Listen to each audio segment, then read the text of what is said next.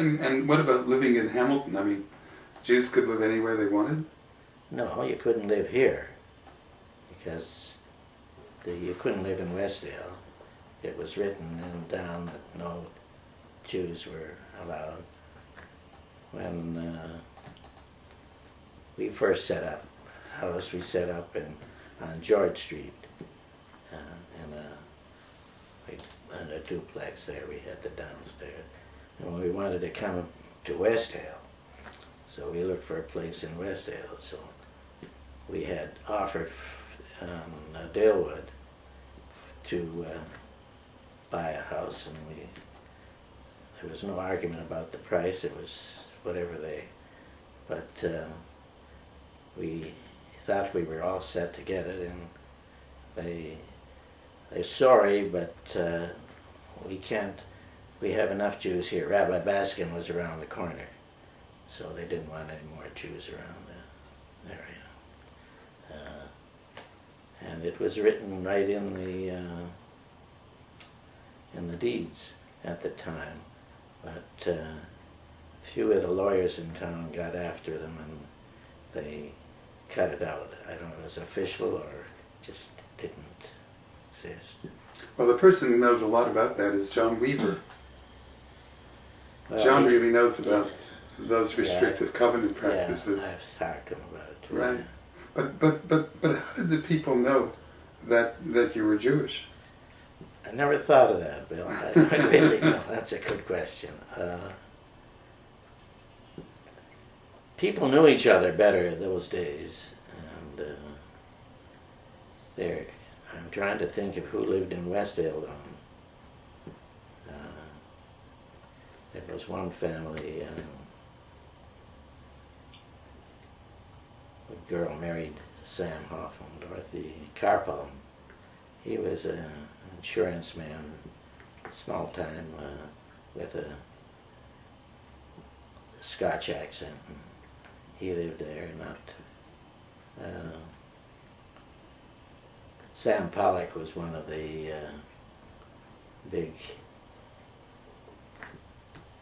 Jewish donors in the Jewish community, so he had grocery stores, so he built a beautiful home in Westdale. I don't know when he built it. But, the community in the 30s and the 40s, as you remember it, as you pointed out, had different kinds of people. I've often wondered whether Jewish communities also had people who were the creators of scandals. That is to say, was there anything that ever happened in the community where people said, "Oh my God, did you hear?" I mean, I'm just guessing for you right now, but was intermarriage, for example, a big to-do? it definitely was, yeah. I mentioned Perlgood. He changed his name Perel, and he actually intermarried in order to divorce himself from the Jewish community. His father had a paper store on wallpaper on York Street, across from Bogoslawski's. But he wanted to get away.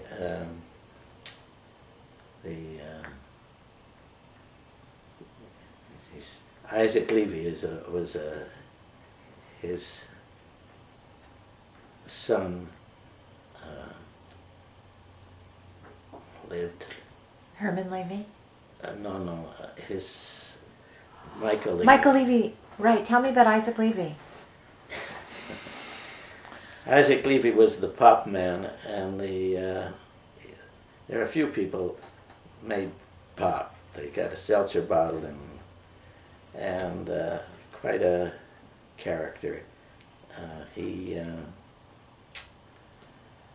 The intermarriage sister brought it.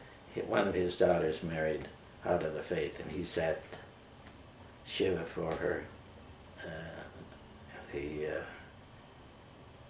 He was involved with the funerals in Hamilton, and his son Dave became the dentist. Michael's father was a dentist. So I don't know what else I should tell you about Isaac Levy. No, We're looking for scandals, actually. No, I'm just wondering, like, for example, in my time, I could think of several individuals who ran into some difficulties with the law. I'm just wondering if this was also the case back in the 30s and 40s. Well, there was a Lachter family here who was they were a butcher, and one of the boys was called the Butcher Boy. He got involved with running booze over to the States, and he got blown up in a car that was set for him to blow up because of some difficulty. We lived next door to a family on Jackson Street where the fellow was it was during the Depression. They sold for People's Credit Jewelers. They sold $1, you put $1 down and $1 a week. And his territory was down the Niagara Peninsula. And one day he just disappeared. This was in the fall, and of course there were all sorts of rumors. He ran away from his wife, and they didn't know what happened. Anyway, they didn't find him till the ice broke up in the spring, and he was in the bottom of the Welland Canal. So that was a big... Sure. Sure. What language did your parents speak? I told you my father died when I was, in 1928, I was 12 years old. Okay. So he came from Romania with his father. His mother had died. He came in the late 80s, and he landed in Montreal. There was very little spoken about what happened to him. Somehow or other, his father died, whether it was on the way over on the ship or whether he got to Montreal. So he was taken over by the Jayas, is it? And he was in a foster home, and of course they put him to work as a youngster, as a tailor. They taught him the trade. This is where, Montreal? Montreal, yeah. Right. And the work got scarce in Montreal. He had family and some relatives in Toronto, so he came to Toronto and got a job there as a tailor. He met my mother, and they got married, and then they had 3 children already, and the 4th one on the way, and they had a strike in Toronto. So he was out of work, so he found out he could work in Hamilton. So he came to Hamilton. And he came here when? Around when? It would be shortly after the first War. yeah.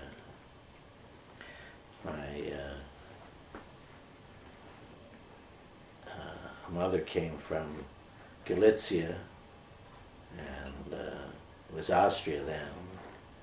She had a little education there, and she had a stepmother that wasn't good to her, so she had 2 brothers, one in New York and one in Toronto.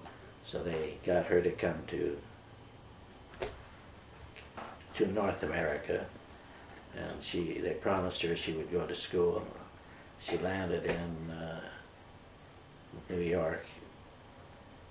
Her brother lived with their family in the slums of New York, down where in one of these tenements, and she was used to living in a little dorf where they had beautiful fields and sunshine. And so and there was in the middle of the summer, and it was a garbage strike. So you can imagine this poor little 15-year-old girl all alone. So she decided to take a trip to visit her brother in Toronto. In those days you could get on the train and get the train to New York, from New York to Toronto. And she stayed there, and she stayed in Toronto. And she worked in needle trade for Simpson's. So we got sidetracked. How do we start on We this? do personalities. Yes, I was going to ask you, I mean, you mentioned before that there was Wendy's great-grandfather, who was obviously a personality Oh yeah. in the city. I was wondering if you remember other people who were reasonably well known for whatever reason. Were there other personalities, so to speak? Yeah, well, Rube Levy married into the family, so he became well known in the shul. He was a president for a long time. Can you talk about Rube Levy a little bit? Was he a colorful personality? He was colorful in the shul because in those days everybody wanted to be president. Huh. So there was quite a rivalry between How different than it is today. Rube and there was Sidursky. I can't remember but he was one of the ones.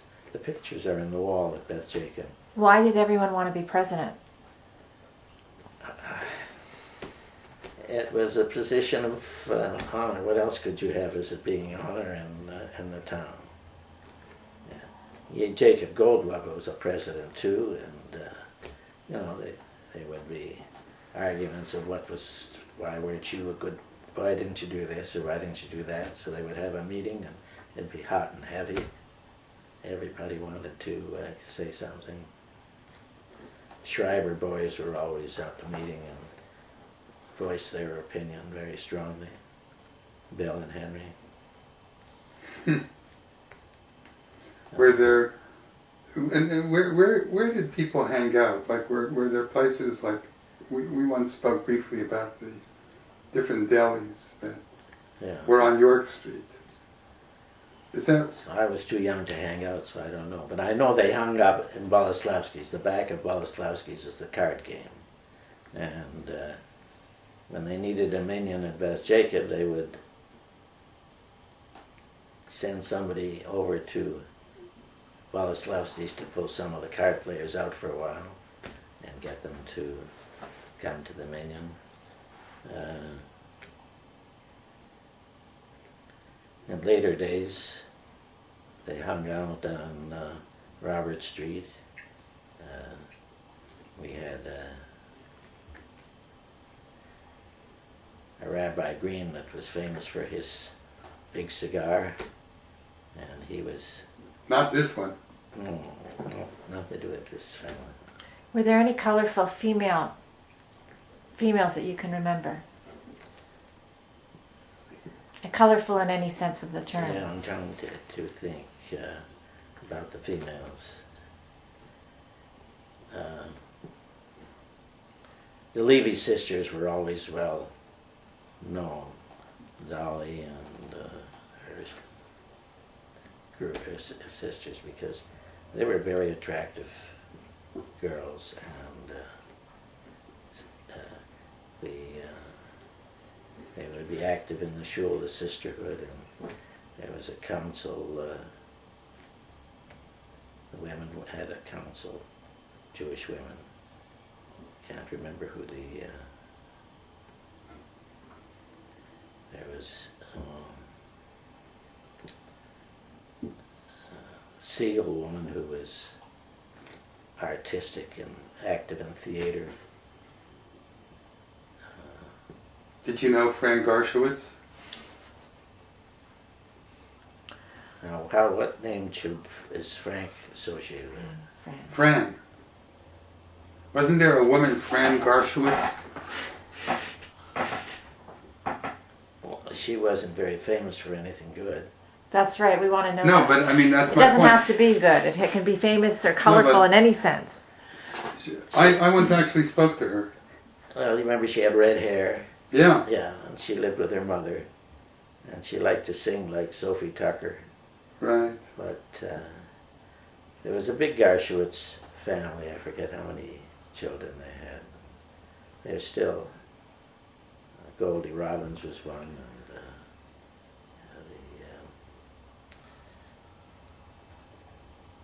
Lou Milton Lewis's mother was at Garshowitz, Danny Levy. Goldie Robbins was related to Fran Garshowitz? There wasn't a close relationship, they just had the same name. Last name, okay. Yeah, no. What about, there was a wrestler in town. Zvonkin, Yeah. yeah. What are we talking now, the 40s? He played football high school in the 30s. I see. He played for Delta, and he just wiped everybody out.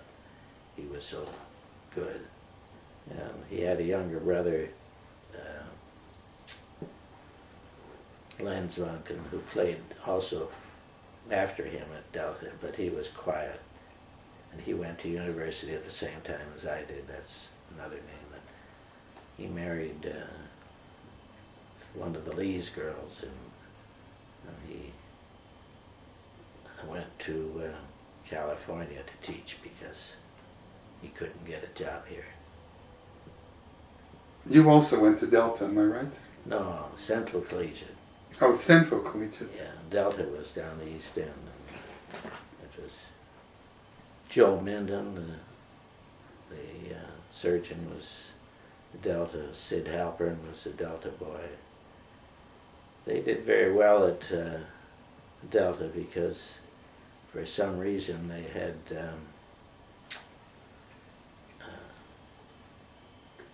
a very big competition for scholarships, and there was one individual there that trained them for scholarships, so they got good scholarships out of from Delta, good staff.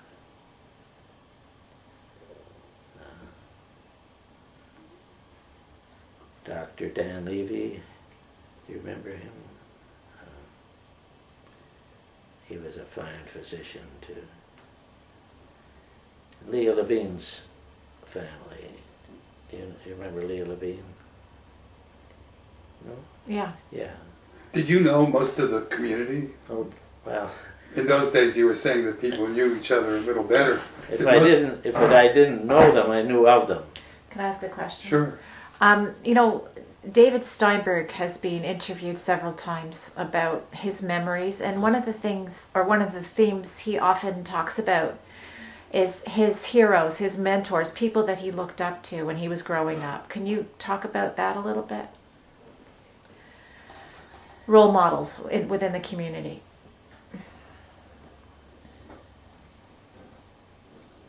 I think my role models were my teachers. I don't think I had any Jewish role models per se.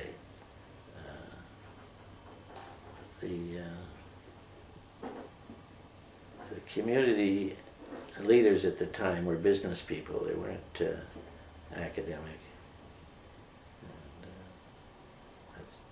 Mm-hmm. I'm sorry. Sorry, well, you just reminded me, my grandmother Dolly had a story about the nuns at Loretta that she'll never forget. The nuns at Loretta were so kind to her, and women who really made a difference in her life at that time. Did you have experiences like that with your teachers? She went to Loretta. Yeah. Yeah. There were a few Jewish girls that went to Loretta, the ones that had a little more money. And it was sort of a high status to go to Loretta. I don't... Here's the most important question in a way. How much was a smoked meat sandwich? Do you remember? You're getting back to food. Yeah. It's his favorite theme. Yeah. He talks about it anyway. Was when you mentioned that there was card playing at the back of Boleslavsky's, when I moved to Hamilton, the card playing was on Main Street at Manny's. Manny's Delicatessen Yeah, I in the back remember room. Manny's, yeah. What but Boleslavsky's was only one deli. There were other delis. Yeah. And we spoke about this. You were Yeah. telling me that what's your name's sister had a deli as well across the street. Well, there was the two Zucker girls. they had delis, one on one side and one on the other. But they didn't last long. They just, Boleslavsky's had the good stuff. I see. She prepared the meat, and it was well known. But the butchers, there were a few butchers that had a lot of rivalry. There was Scott's Butchers, and they had a little delicatessen. You could get a sandwich there for 10 cents, and a hot dog for a nickel.